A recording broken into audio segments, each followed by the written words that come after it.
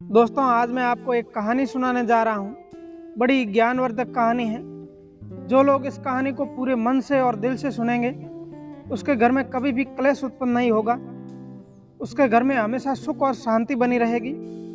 उसके घर में माता लक्ष्मी का सदैव आगमन रहेगा। यह तो आपने सुना ही होगा, जिसके घर में रोज क्लेश होता है, रोज झगड़े होते हैं, उसके घर में कभी भी बरकत नहीं होती है। उस घर में कभी भी माता लक्ष्मी का आगमन नहीं होता है। और जिसके घर में सुख और शांति होती है, उसके घर में सदा माता लक्ष्मी का आगमन रहता है। इस कहानी को सुनने के बाद हमें यह पता चल जाएगा कि हमें घर में लड़ाई झगड़े क्यों नहीं करने चाहिए, और जिस घर में लड़ाई झगड़ा होता है उसे कैसे मिटा सकते हैं। क्योंकि घर में सुख शांति का होना बहुत ही जरूरी है। कि जिस घर में सुख शांति होती है, वहाँ पर ही माता लक्ष्मी निवास करती हैं। जहाँ क्लेश उत्पन्न होते हैं, जहाँ लड़ाई झगड़े उत्पन्न होते हैं, वहाँ पर माता लक्ष्मी कभी भी निवास नहीं करती है। वहाँ पर दुख और दरिद्रता का निवास होता है। हो सके तो आप इस कहानी को पूरा सुनिएगा। आपको इस कहानी में बहुत कुछ सीखने को मिलेगा। ये बहुत ही ज्ञानवर्धक कहानी है, इसे ज़रूर सुने। एक मोर और मोरनी की कहानी है। इससे पहले आप हमारी कहानी में खो जाएंगे, मेरी आपसे निवेदन है कि आप अगर हमारे चैनल पर पहली बार पधारे हैं तो इस चैनल को सब्सक्राइब करें और वीडियो को लाइक करें, अच्छे अच्छे कमेंट किया करें, तो अपने दोस्तों के साथ वीडियो को शेयर करें। दोस्तों, एक जंगल में मोर और मोरनी रहा करते थे। दोनों बहुत ही हंसी खुशी अपना जीवन व्यतीत कर रहे थे। एक दिन मोरनी मोर से कहती है कि पिया जी, हमें यहाँ से चलना चाहिए। हमें वहाँ चलना चाहिए जहाँ हमारे समाज के लोग रहते हैं। काफ़ी सारे मोर और मोरनी रहते हैं, हमें वहाँ चलना चाहिए। मोर मोरनी से कहता है, प्रिय, वहाँ चलेंगे तो लड़ाई झगड़े होंगे। हम दोनों इस जंगल में कितना सुकून से रहते हैं, हमें वहाँ जाने की क्या ज़रूरत है। लेकिन मोरनी जिद करने लगती है। मोरनी की जिद करने पर मोर भी मान जाता है और दोनों उड़कर एक नगर में आ जाते हैं। उस नगर का राजा पशु पक्षियों की भाषा को आसान से समझ जाता था। उस राजा ने क्रव शास्त्र की पढ़ाई की थी। क्रव शास्त्र का मतलब यही होता है कि पशु पक्षियों की भाषा को समझना। वह राजा सभी प्रकार के पशु पक्षियों की आवाज़ को समझ पाता था। हर जीव जंतु की आवाज़ को बखूबी समझता था कि वह क्या कहता है। दोनों मोर और मोरनी उसी नगर में आ जाते हैं। एक दिन की बात है, राजा अपनी रानी को कहता है कि हे रानी, मुझे बहुत जोरों की भूख लगी है, आप मुझे भोजन परोसिए।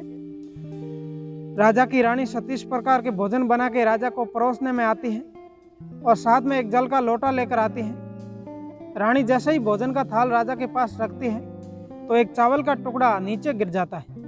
वहाँ पर कुछ चींटियाँ घूम रही थी, तो एक चींटी चावल के टुकड़े को लेकर जाने लगी।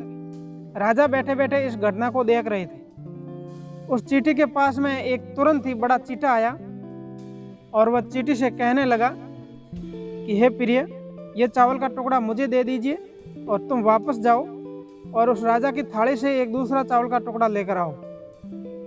उनकी बातों को राजा पूरी तरह से सुन रहा था, क्योंकि राजा हर जानवर पशु पक्षियों की भाषा को समझ पाता था। तो राजा वहाँ बैठे बैठे चींटा चींटी की जो बातें हो रही थी वो सब राजा सुन रहा था। चींटी चींटा से कहती है कि नहीं, मैं नहीं जाऊँगी, राजा को पता चल गया तो राजा मुझे मार देगा। फिर चींटी चींटा से कहती है कि नहीं, तुम जाओ, राजा को कुछ पता नहीं चलेगा।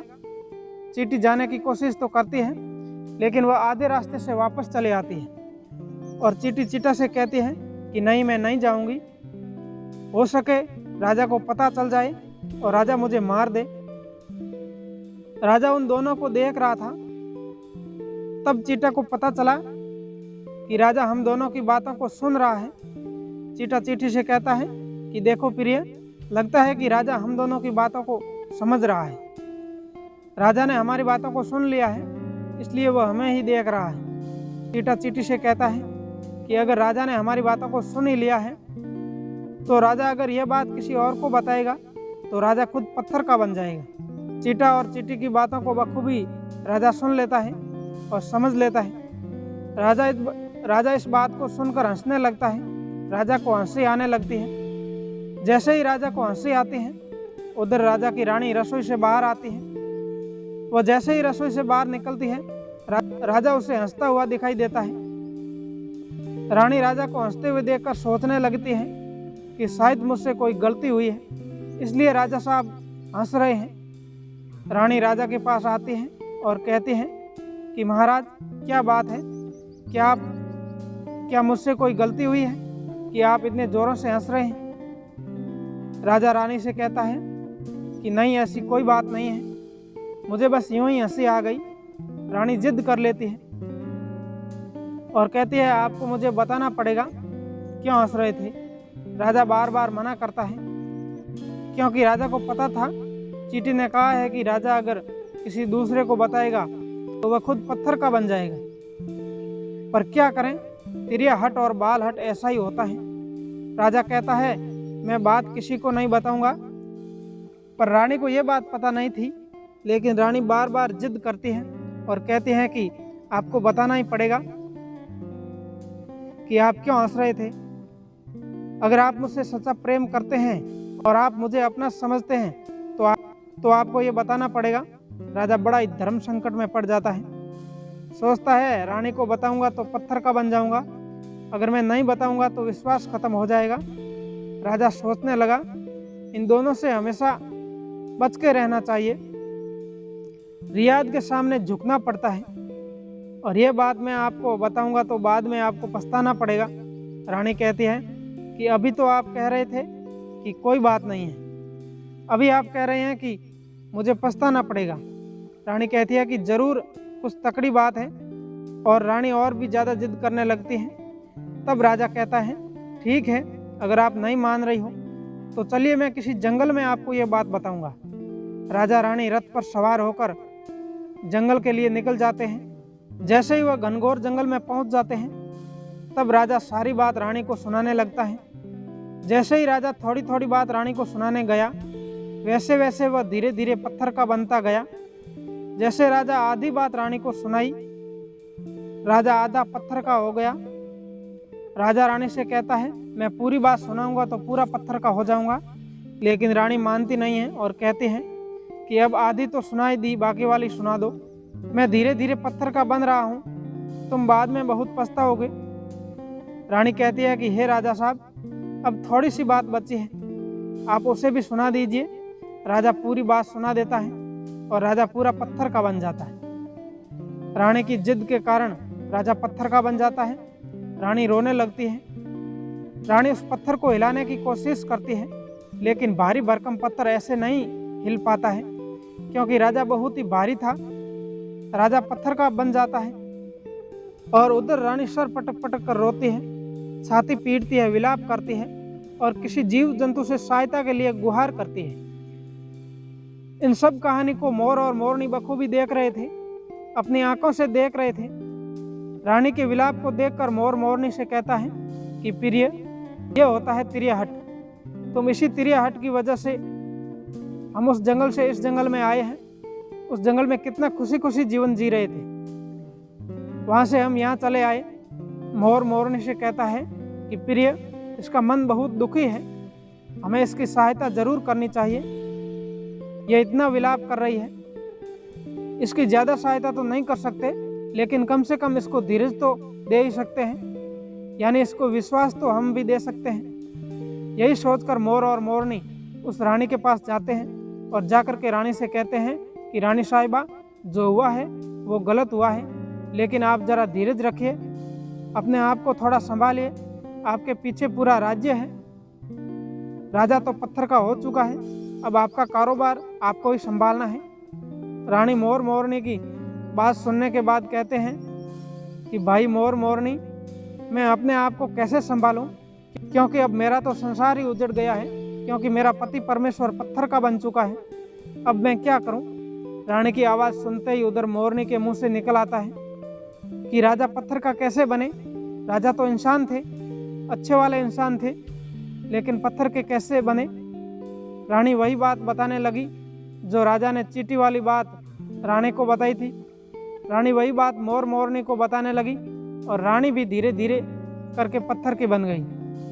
और जब रानी पत्थर की हो जाती है और राजा तो पत्थर का पहले ही हो चुका था।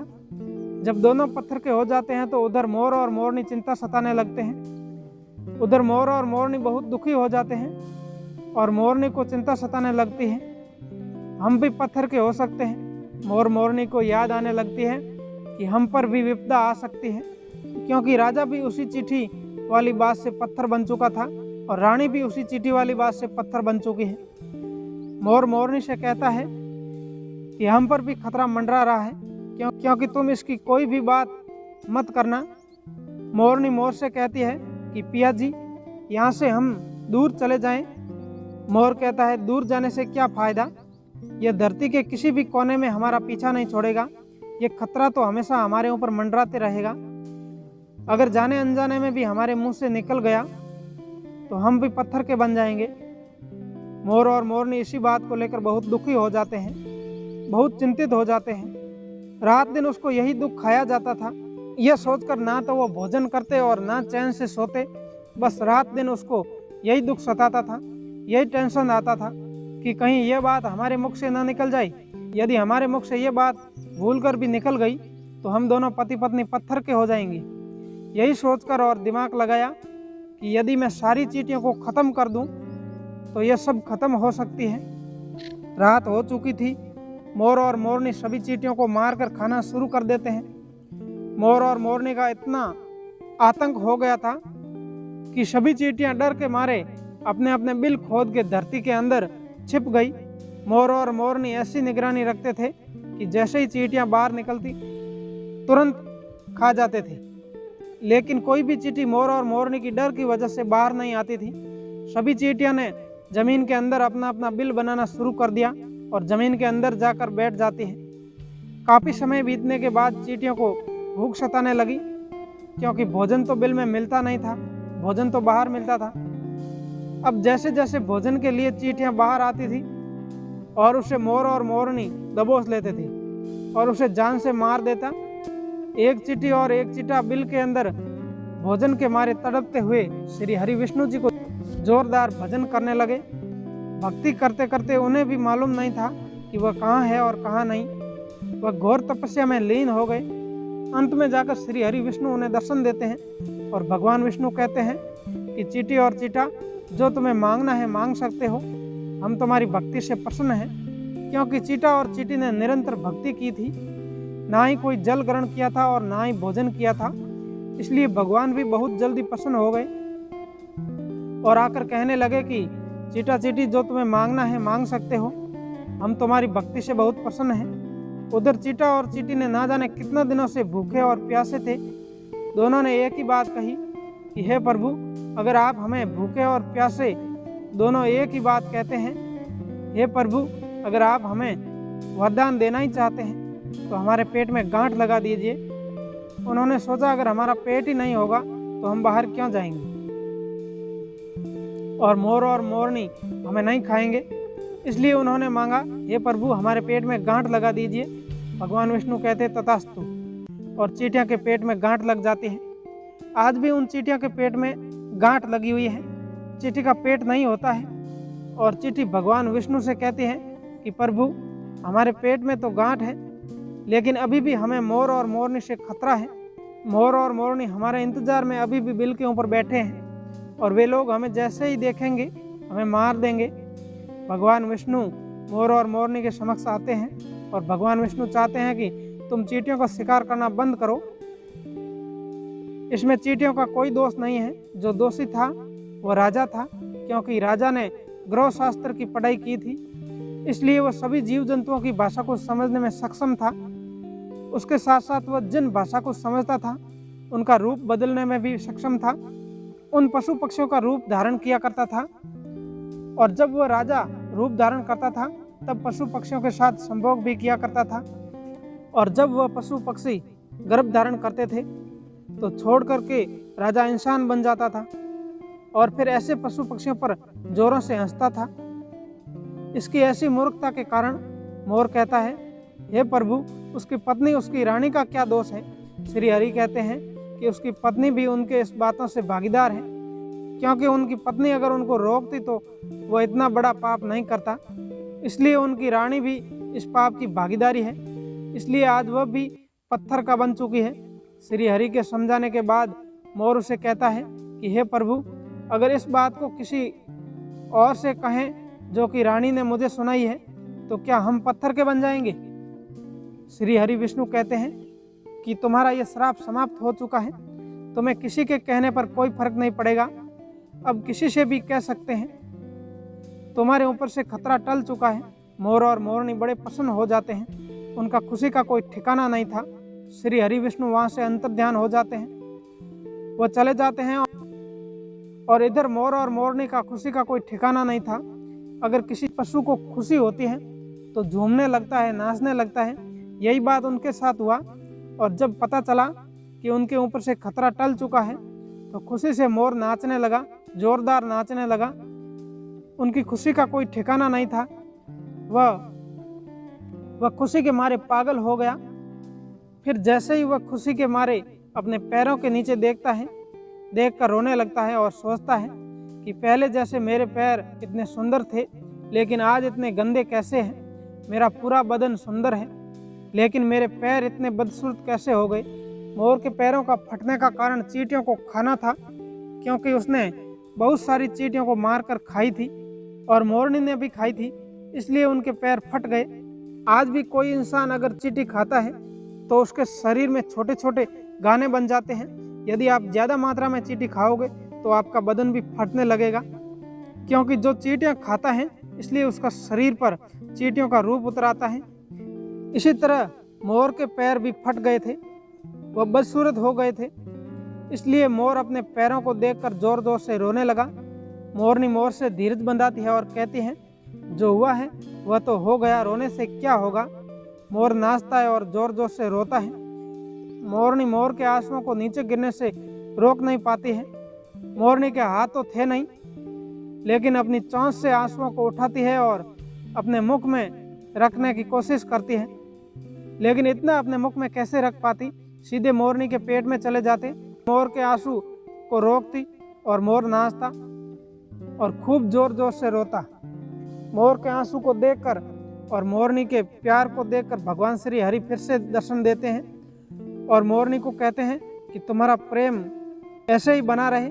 इस आशीर्वाद की वजह से तुम कभी संभोग नहीं कर पाओगी। क्यों? मोर नाचता है, उसके आंखों से आंसू गिरते हैं और उन आंसुओं को मोरनी चुगती है और उसी आंसुओं के कारण मोरनी गर्भवती हो जाती है। भगवान श्री हरि मोर मोरनी को शिक्षा देते हैं और कहते हैं कि तुम्हारी भक्ति से मैं प्रसन्न हूँ, तुम धन्य हो।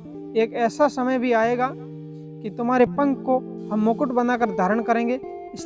इसीलिए कहते हैं कि जब श्री हरि कृष्ण के रूप में धरती पर आए थे तो वह मोर का पंख अपने मुकुट पर धारण करते थे। इसी कहानी में बस इतना ही। उम्मीद करते हैं कि आपको इस कहानी से बहुत कुछ सीखने को मिला होगा। धन्यवाद।